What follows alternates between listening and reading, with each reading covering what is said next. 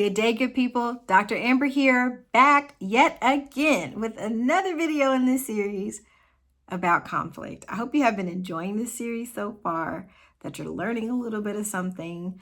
Maybe it's not anything you've never heard before, but you've never heard me say it. So we are continuing this discussion about conflict, the nature of it, and why it's so hard, and ultimately what to do about it.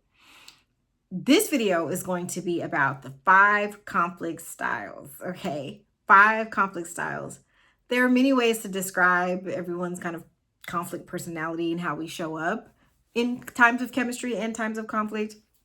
But what I'm going to talk to you about today is something called the Thomas-Kilman model. Thomas-Kilman model. Google it for more information. These are just the basics. So if you have never heard of this, then hopefully it'll be helpful to you. So that way you can think about how you're showing up in your relationships when it comes to conflict and understand the areas in which you can grow and handle things a little bit differently. All right, conflict style number 1, avoiding. People who are avoiders tend to just act like, I didn't see it. I see no evil, hear no evil. It don't bother me. It's whatever. It's whatever you want to do. We're just sweeping things underneath the rug, and we never actually sit down to talk about the thing. You know somebody like that? I know I do. It's not me, but I know plenty of people like that. Avoiders are very much like, I don't care. My name is Bennett. I ain't in it. Leave me out of it. I'm just going to act like whatever. I'm going to avoid the issue. But as we all know, does that really work? No, it does not. But we try it anyway. 2, your way. So then, okay, people who are avoiders, their approach is no way. The second one is your way. And that has to do with my accommodators. People who are accommodators just like to kind of bow to the other person and say, it's cool, it's fine, it's whatever you want to do. I'm going to accommodate you. I'm going to defer to you. It don't bother me. I ain't tripping. Again, it's whatever. There's really no resolution. It's just deference. Okay. Number 3 is my way, and that is competing. My competitors tend to feel like somebody's got to win and somebody's got to lose. And I tell you what, the loser ain't going to be me. All right. Your competitors are you're in your facers. They're pointing that finger. They are debating you down. They are trying to run stats and statistics and just give you all this information in order to prove their point, in order to be right. They are competing with you because they look at conflict as though someone has to win and someone has to lose. 4th are the compromisers.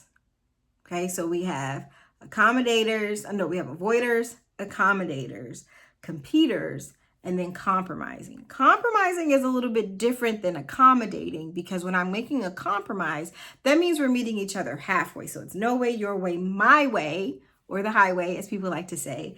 And then number 4 is halfway. That means you give up something and I give up something. And that is how we compromise. We come to a conclusion that works for the best of us. So say you're at home with your partner and you can't decide, y'all are fussing about where we're going to eat dinner. You want Mexican food, they want Chinese food. The compromise is, okay, this weekend we'll get Mexican, but next weekend we'll get Chinese. As opposed to, it's going to only ever be what I want, or I'm going to make you feel like you have to give up something to accommodate me. Okay. Or avoiding it, acting like I don't care either way. I don't care. It's whatever. That's why we be having that fight in the car on the way to try to decide what to do, because somebody doesn't want to just make the decision so we can go eat and have a good time. The 5th conflict style is our way, which is collaborating. This approach is a win-win it promotes a win-win outcome. And it is, I think, and it is stated to be the most effective conflict style, but it is the hardest to achieve. This requires 2 mature people who have self-awareness, emotional maturity to be able to say, how can we solve this problem together? This is when we say, it's me and you against the problem, as opposed to me and you against each other. I tell that to my husband all the time. Same team, bro. We're on the same team. I'm not your enemy. I'm not here to fight you. It's the two of us together working toward an issue. So let's come up with a solution that works for both of us so we can find harmony in whatever the issue is. Okay? Are these hard and fast? No. People often ask me when I'm doing these in my workshops, which I lead as a speaker. I do these with teams, leadership teams, companies, groups. So go to wordswellsaid.com/speaking if you would be interested in having me come talk further and in more detail about this.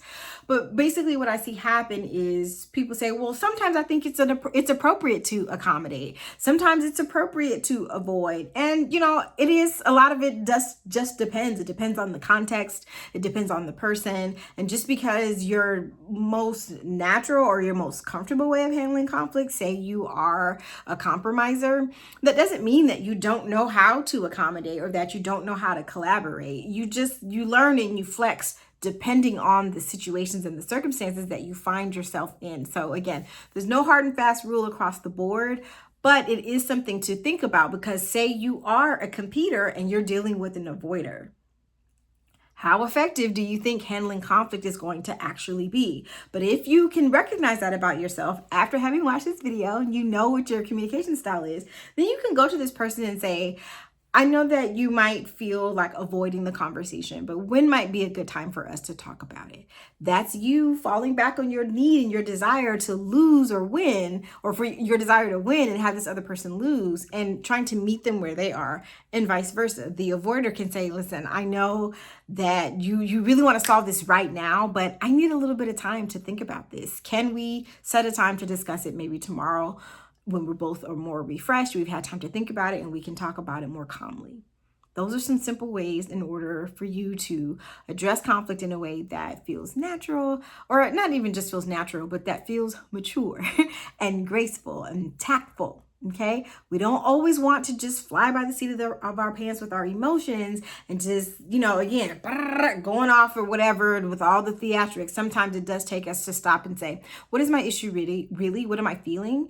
And how do I want to handle it? And then being able to communicate with the other person from that place, the place of true honesty and vulnerability.